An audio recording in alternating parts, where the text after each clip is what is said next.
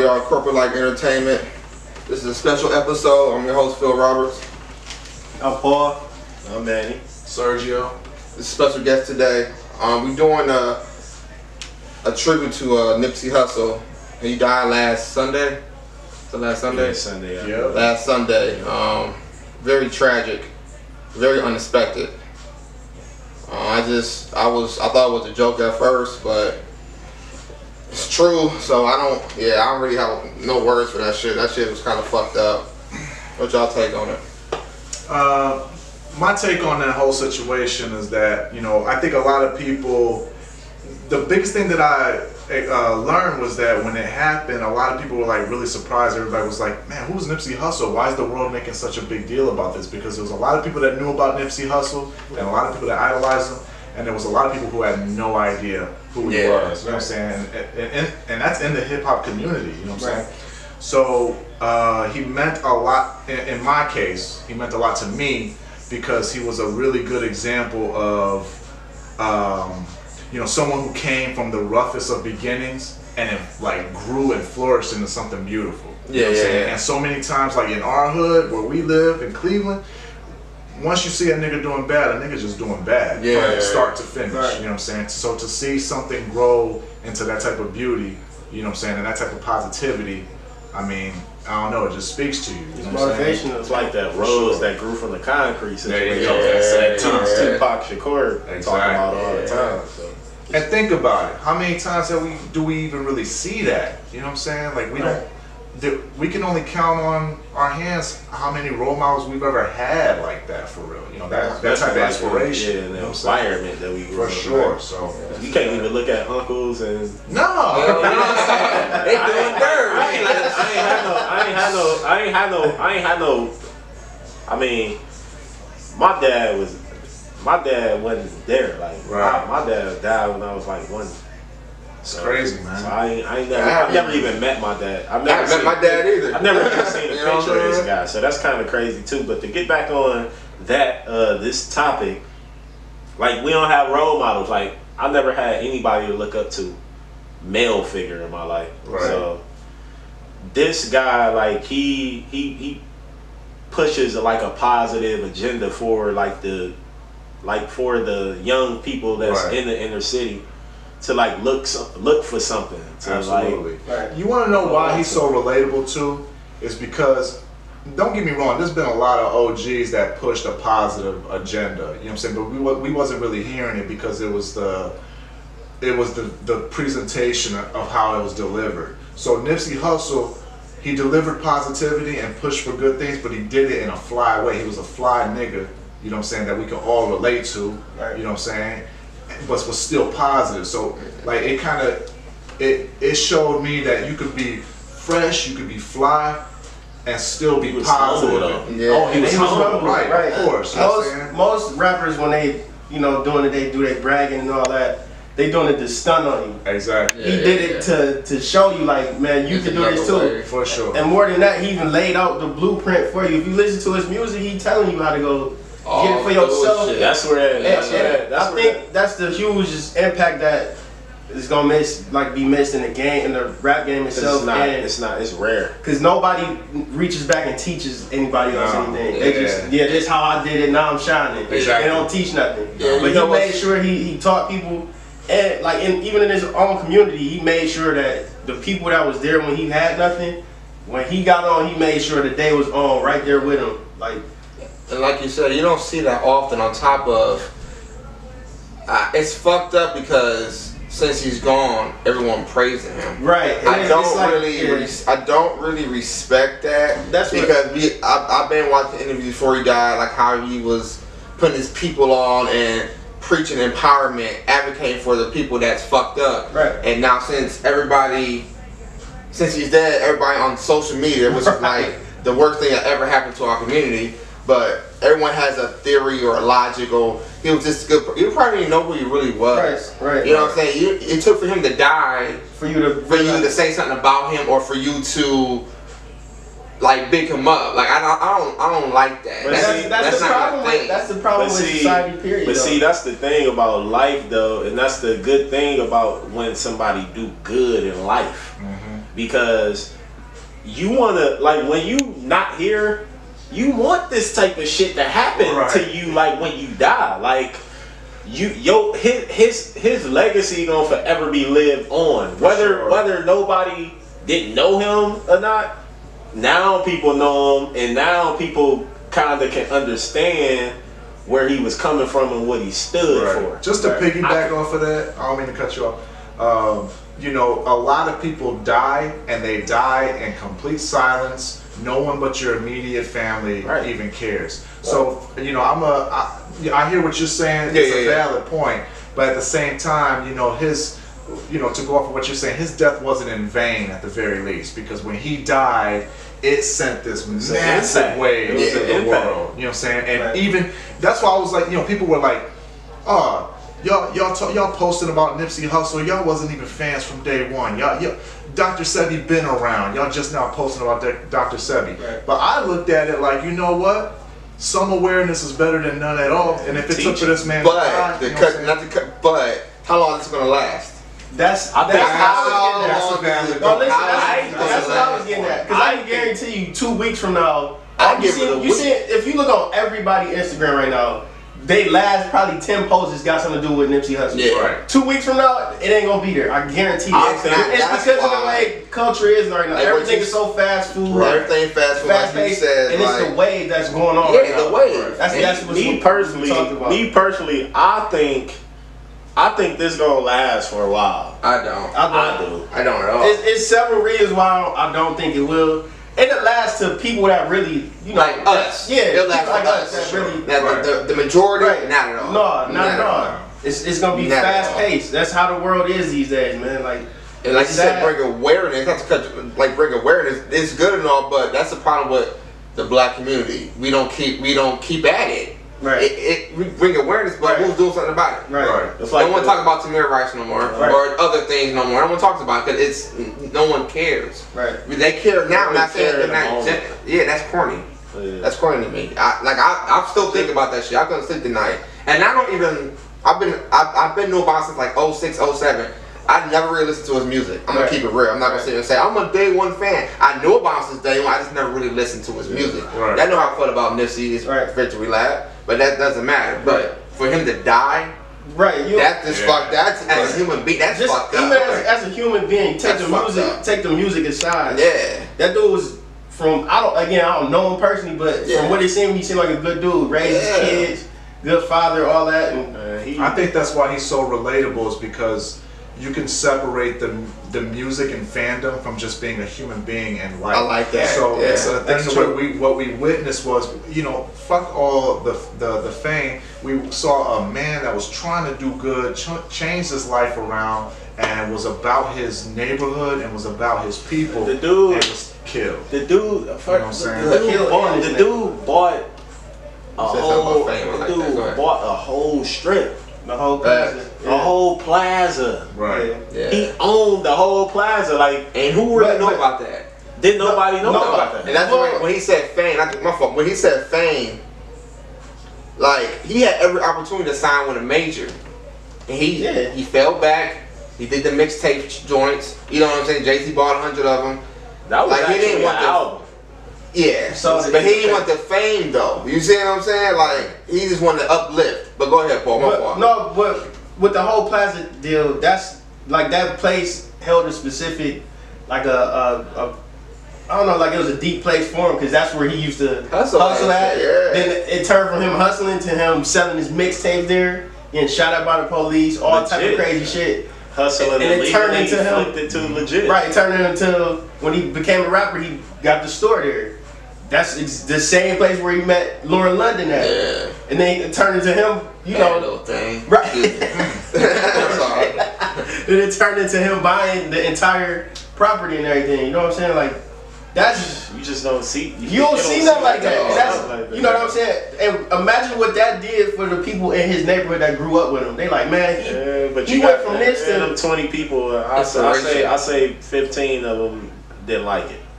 No, of course. That's how it always is. I said like 12, but I can see why you say 15. No, that's how it always is. It's always gonna be so. I think out of 20 people, 15 didn't like it. So, you know, that raises the question. So what is a man to do when you want what's good for your community and you want to see your people do well, but you know, we come from this generation of crabs in a bucket where niggas just want to pull you down. Right. I'm trying to show you, I'm trying to give you the instructions and tools and maybe even a little more help than that to show you how you can do the same thing, and all you're thinking about is how to take what I got. You know what I'm saying? So what type of position do we play in this type of society? Do we get rich and then fucking leave and forget about everybody that, you know? No, you don't supposed to do that. You know what I'm saying? Don't It seems like you have to. You have to. It seems like You can do whatever you want. It's your life. You can do whatever you want. But what I feel like supposed to happen is that you supposed to appreciate,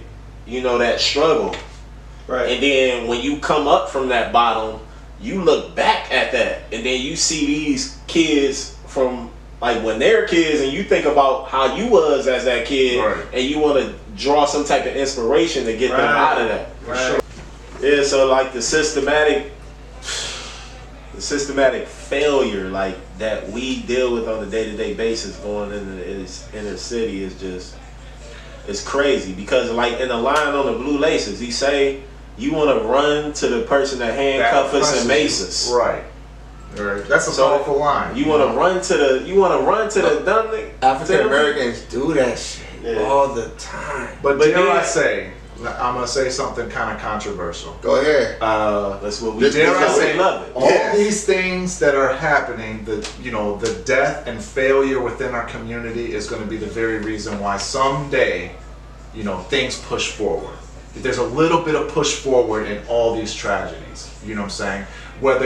And it's incremental. This is not a huge. We are looking for like a huge shift in our community. You know what I'm saying? But it's not going to happen that way. It's going to be very, very incremental, and it's going to be small shifts that eventually lead us in the right direction.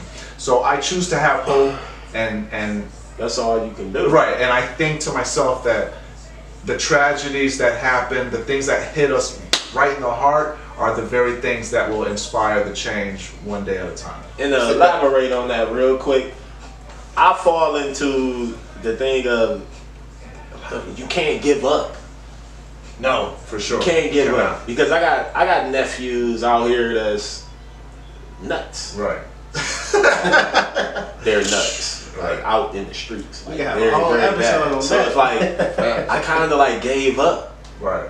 I can't do nothing. You can't be that big homie. Only so much you can. It's only so much you can do. Right.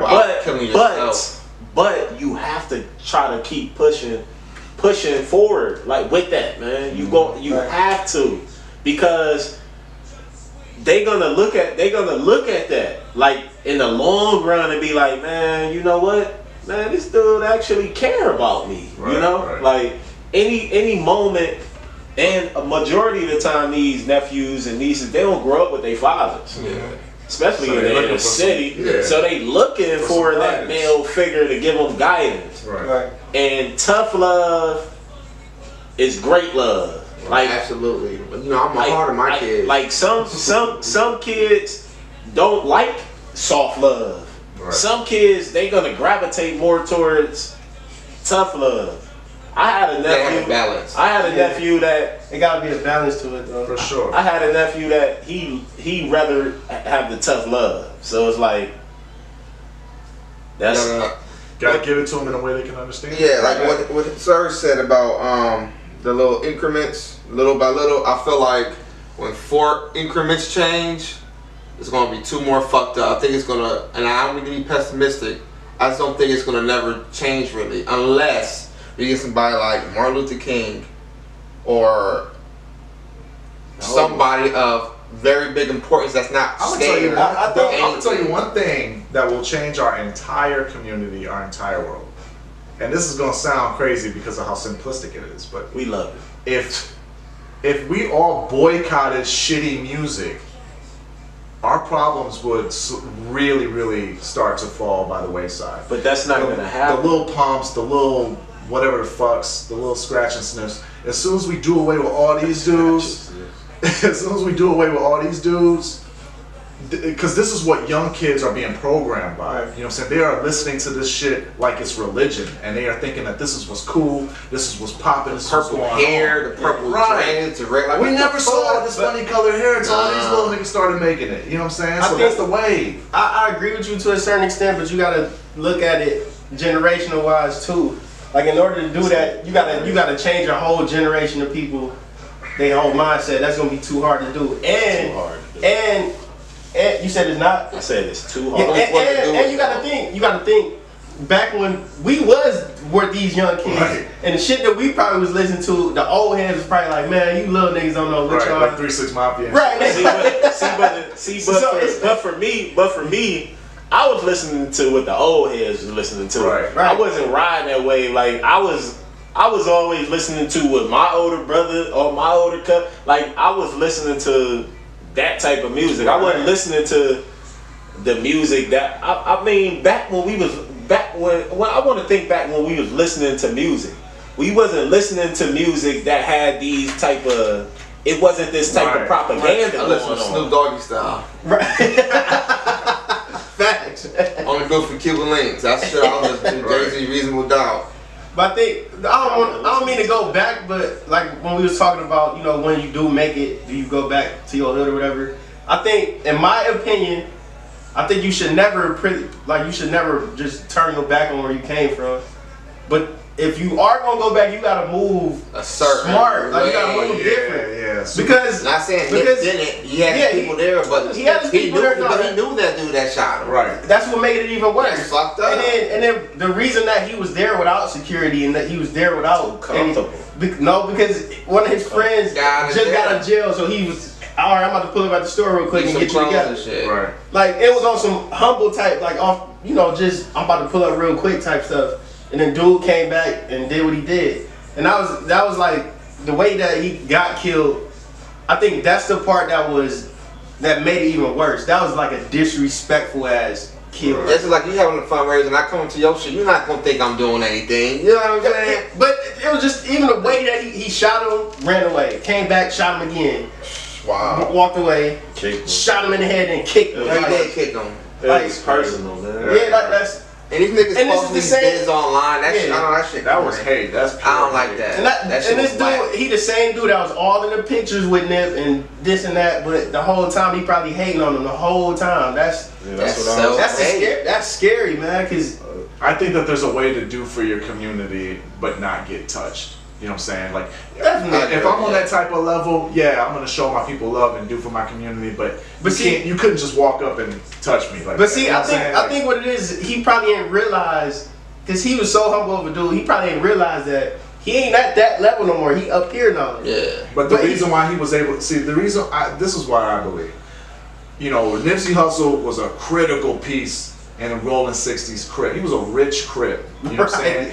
Point blank period. So He shouldn't have been touched, period. From little homies to big homies, everybody looked up to him, admired him, and he was just a pivotal piece in that community. So I think in a lot of ways, of course, he grew up there. He felt invincible there. He could walk down the street.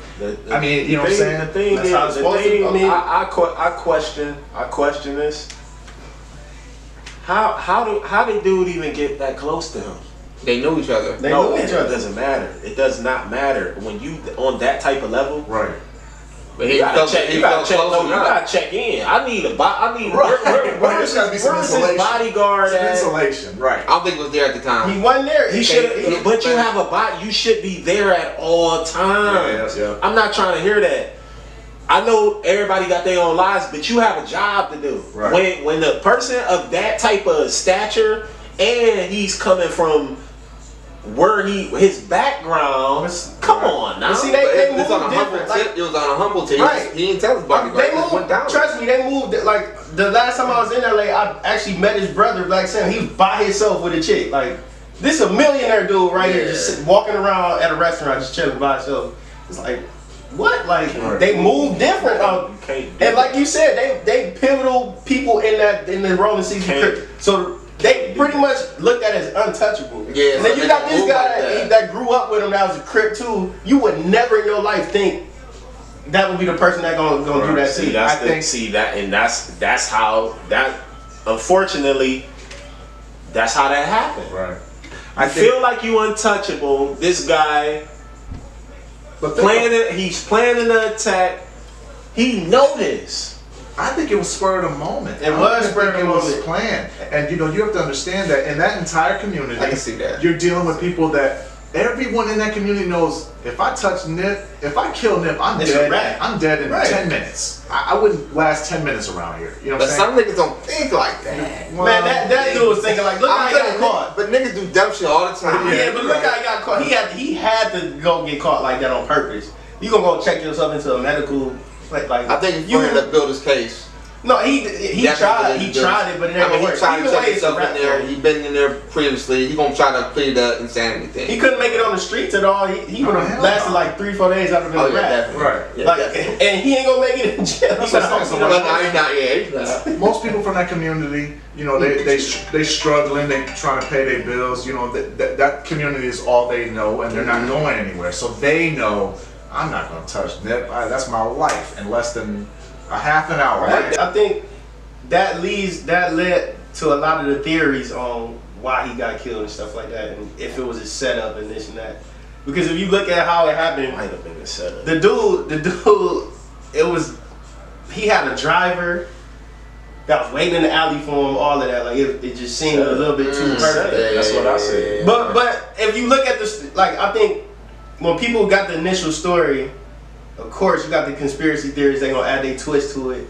Oh, it's because he about to put out this documentary. Oh, it's about this. Oh, it's about that. Yeah. All of those stories get put out there. Reaction. Yeah, That's not gonna lie. But even more if you just look at the story for itself, it just the story itself makes sense. Because like people know he was reaching. He was about to. People don't realize he was about to reach that potential of a superstar.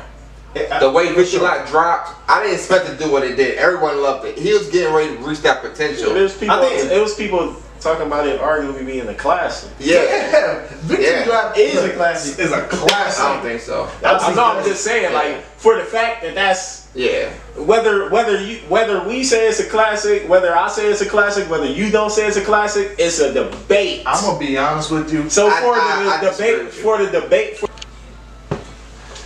I think me personally though, I think it was even more past the music part and being a superstar and all that. If you just look at the whole entire rap game. When you see a person starting to gain power outside of music, something always happens. I was about to bring the last second. Like look at Meek Mill's situation. He been getting fucked with the whole time, and the minute he start gaining any type of momentum on like the reform and stuff, he get knocked right back down. I feel like to me, I feel like that was after the fact. No, it was his whole entire career. What are you trying to do his whole entire career? Phil. You know I'm a huge Meek fan. This dude does for the Philadelphia community, man. Like it's not enough. No, it's the political power. Like look at what Nipsey was doing. This is the stuff that people.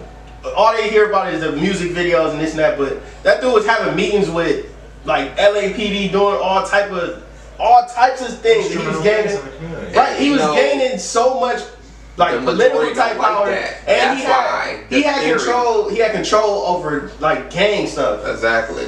That's in LA. That's like running the city for real. Like too much power. That's too much power for a man, so he got to knocked down. And I'm not gonna say he's Pac or nothing like that, but Pac had that. He was one of the people that had that influence over white, black, green. Right. And my personal opinion, he got set up to get shot because he had way too much power. Right. No one liked that shit. He had way too, every single person. His cultural influence. So my question to you is, if that theory is true, then why is Jay-Z alive? He has because Jay-Z. Well, that's you know what I'm saying. I love Jay-Z. Don't get me wrong. But he pick and choose.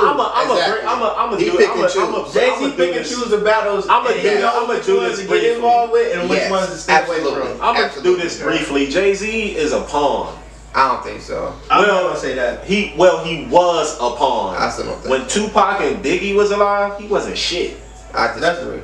See, I think in my opinion, what Jay does, Jay does do tons of powerful things, but he does it in the background. You hear about what Jay-Z do way after he done already done it. and after the smoke or that a while later, like the Trayvon Martin. No, Jay-Z a while later. You know what I'm saying? No knock to him, but just a shady ass dude for real. Like, and that's not to say. So is the secret to Jay-Z's sauce is that he moves in silence, and then Nipsey Hussle was doing a lot of positivity in the daylight. Jay-Z did a lot to me. This is my opinion. Jay-Z did a lot of grimy shit to get to where he was at. I disagree. That's my opinion. But he did a lot of grimy ass shit. A lot of people do that though. That's the business aspect. In the corporate world, you can't elevate yourself without fucking. But that's the difference between a Jay-Z and a Nipsey Hussle. Because Jay-Z is a corporate man. Nipsey is a people person. That's the difference. Sure. So, but like. The government, whoever they are, they don't care about the corporate part. That's money at the end of the day. That's green. Yeah. So as long as they can break bread with them at some point, they don't give a fuck. Go ahead, make your money. We gonna get our cut from you. They ain't worried about that. But that power, that influence, they have you can't control that. Right. They have no control over that. So if you get too much power and too much influence, you gotta go. Like again, that's why is it a majority? Who's the majority? Caucasian people, Europeans, minorities, everybody else. Right. Look at why is the definition like they know what we really the majority. At this point, we're the majority. Yeah. Man, we always been the majority. They knocked us down from the test of time. They stole everything from us. Phil. Okay, it's not how though, Manny. We're not the majority now. If that's the case, we are the majority. We has past tense. That's the crazy part. They took our language, our ideas. And guess what? We'll allow them to do it. We'll allow them to do it. Called us dumb niggas because our culture's contagious. Right. The culture is just contagious as fuck. From what once hip hop. That's because it was systematic. White people, brown people, black. It was systematically programmed that way because as slaves, we just felt. Well, they just felt like hopeless. Right. They felt they didn't have no other choice. It was stripped. It was stripped. They got guns. They invented guns. Europeans. Nobody had guns in the world until the fucking Europeans created those. So you having these weapons and shit, you coming with a knife into a gunfight. Right. So it's like shit. I'ma listen. So then you got some of these people that come up from those slave mentalities. Fuck that. Right. I'm gonna die. That's where the Martin Luther Kings, that's where the Malcolm X's, that's where the Tupacs come from. If I have to die speaking my piece and pushing my agenda and having the world think and to try to motivate the next generation to die on your feet versus live on your knees. You don't have too many people in the world like that. Yeah. Right. They want That's the problem. And it's always been like that. But that's what it is. And then they knock down the person that does. They stand up for themselves. They knock their ass down. So then if you constantly seeing this, or you see this person doing this great stuff, he get knocked down. This person doing this great stuff, he get knocked down. I got the potential to do something great, but it's like shit. I don't know if I want to do that. Cause shit, they might. You don't want to. Right. Like that. That's because people. That's because people is not fully in tune with themselves, in my opinion, and I feel like they don't want to die. Yeah, sometimes dying is good because it'll help. You think it would help push the culture forward. Exactly. That's why Tupac. Too much self-hate, I think. No, look, that's why Tupac Shakur didn't care. I feel like the dude didn't care about dying because he already felt like he served this purpose. So once you feel like you done served your purpose already, then that's cool with dying because you pushing that agenda to try to move the culture forward. Right. So we just go along with it. We just keep. It's gonna Trump spark. is president. That is amazing to me. How the fuck he's because our country is programmed. I ain't trying to hear that program shit. I'm saying It's definitely I mean, it's program, but I'm not. No, wait. When I say program, I'm not saying that I'm gonna stick with the script and be programmed. I'm just saying our country is programmed to work a certain type of way, and when you don't move that way, then they try to get rid of you. I really believe that the answer, That's true, but we gotta find a way to unprogram. I want to go. That cannot be all the time. Right. Phil, don't do this. Am I lying? I do not conform. I don't care if I'm at work, school, where I'm at. I'm not. If I feel like it ain't right, this shit ain't right. That's where it goes. That's where the Dr. Sebi shit ties in too, because the program, he wasn't going with the script. Right. He like fuck that. He found the cure for AIDS. Yeah. And won in Supreme Court. He won. He won. Yeah. Was it New York? Yeah. The dude found the cure for AIDS, cancer. That's where the majority comes in. He killed like 14 or 18 people. Yeah, I heard it was 17. It's somewhere. I don't even know. But I really believe that I think the answers are so simplistic that we kind of he got assassinated. As far as like, they say he died from pneumonia. This man curing AIDS, but he died in Honduras. He died in their custody. A nigga that and you see that cure AIDS. How is he dying from that? He died in their custody. But you see that, and you see everybody that dealt with him and started to put his name out there. They died too. I didn't Left eye. Oh yeah. And it's just weird. Like, I don't know. All the other doctors that did similar things to him, I read an article. It was like 18 doctors that followed in his footsteps and started doing the same methods. All of them died in mysterious, funny ass ways. I work in that industry, and that shit, the pharmaceutical industry that's like the biggest thing going. Selling legal dope, bro. It's the biggest. They're disgusting. I work for it. I don't give a fuck. I'm gonna say this shit. I work for it. Disgusting.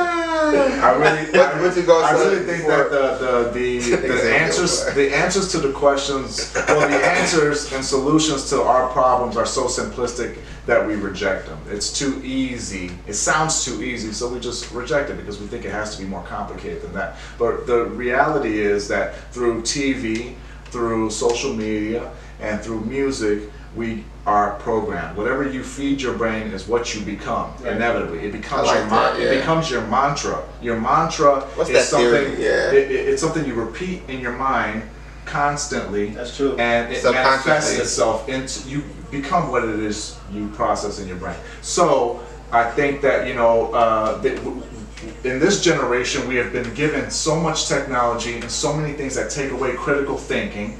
Combine that with being programmed by TV, social media. Yeah, get on top of that's another topic because I can get on that shit. You know what I'm saying? I agree with you 100%. Like if I ain't had kids, I don't have a fucking phone. Right. I don't want to be bothered. Right.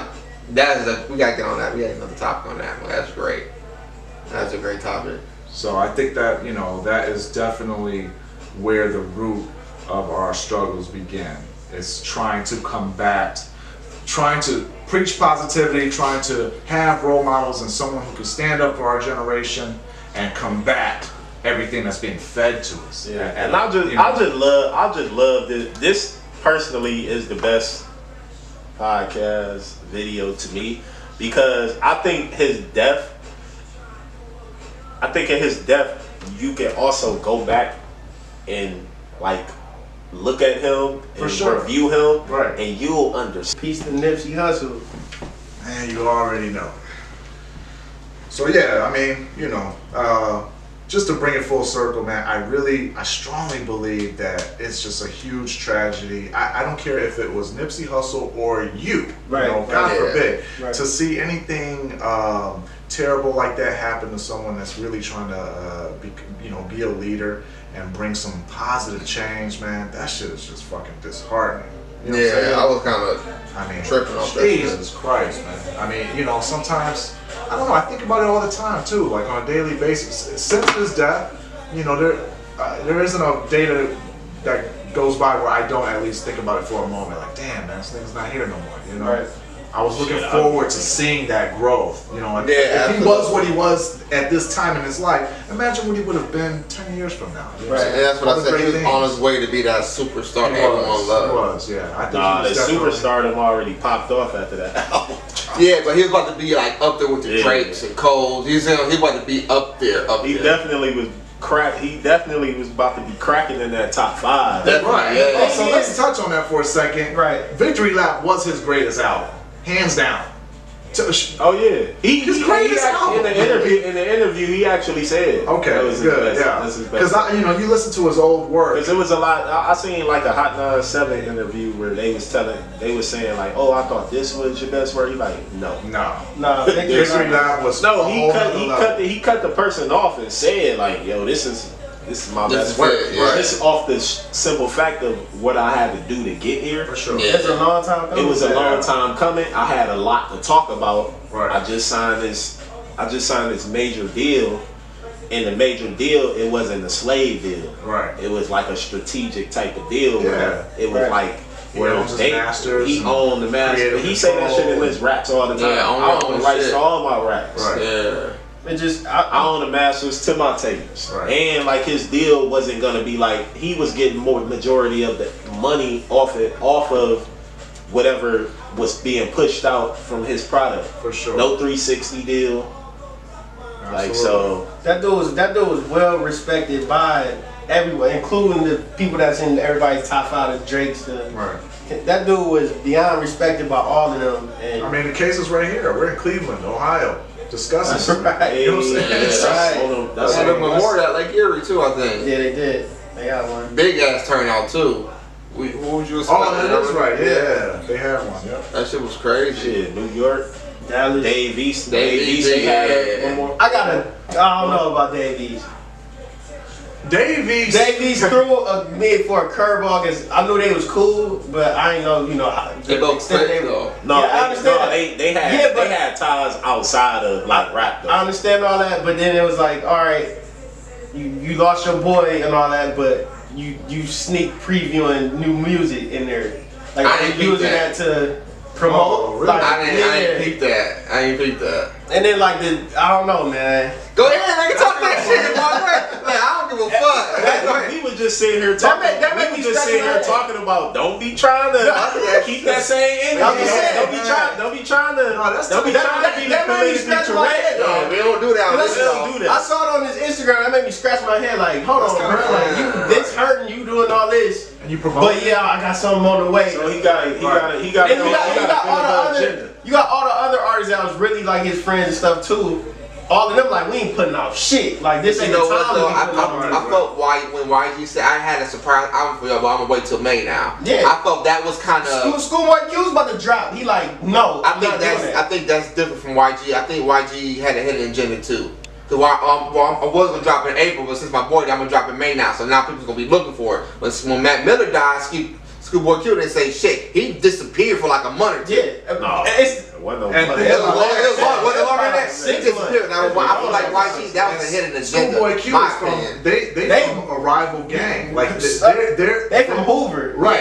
They like that area beef hard. Hey man, you know a funny story? Last time I was there, we got lost and we was literally walking down Hoover Street, and we didn't realize where the fuck we was at. Jesus, look, we just from Cleveland, y'all. Man, I looked at the street sign, they said Hoover. I'm like, hey man, we gotta get out of here. That's wild, man. But yeah, man. But I don't know. I think like those. I don't know. It just seemed like you got a lot of those opportunity chasing type people too.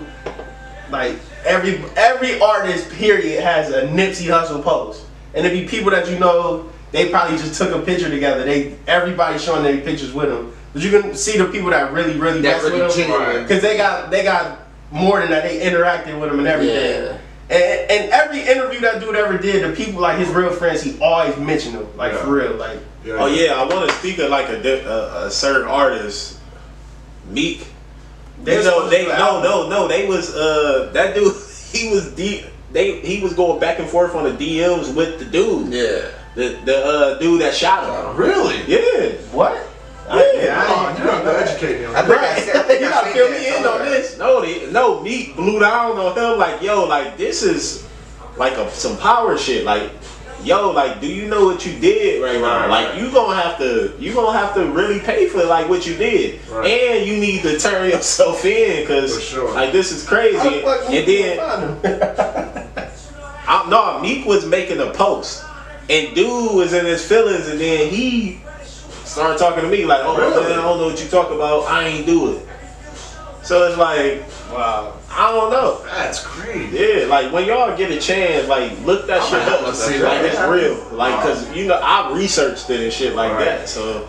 And that dude that put that fake video talking when he was driving in his car talking about he the one that shot Meek Mill. Oh, that shot Nipsey. Right. I hope he crashed into a wall. I hate the that's the type of nigga that needs. That's some fucked up shit to do. Like that ain't nothing to joke about. Right. Like that's that foul ass. that's that clout chasing shit. That's that target, man. You want that 10 seconds of fame. Right. That's that bullshit. That's that social media, that attention seeking. Man. That's a prime example of social media, that young generation, or that fucked up generation that we you know what I'm saying. Let me do it for the gram. Let me inject that. Let me go live and injecting that Instagram and they Facts for real.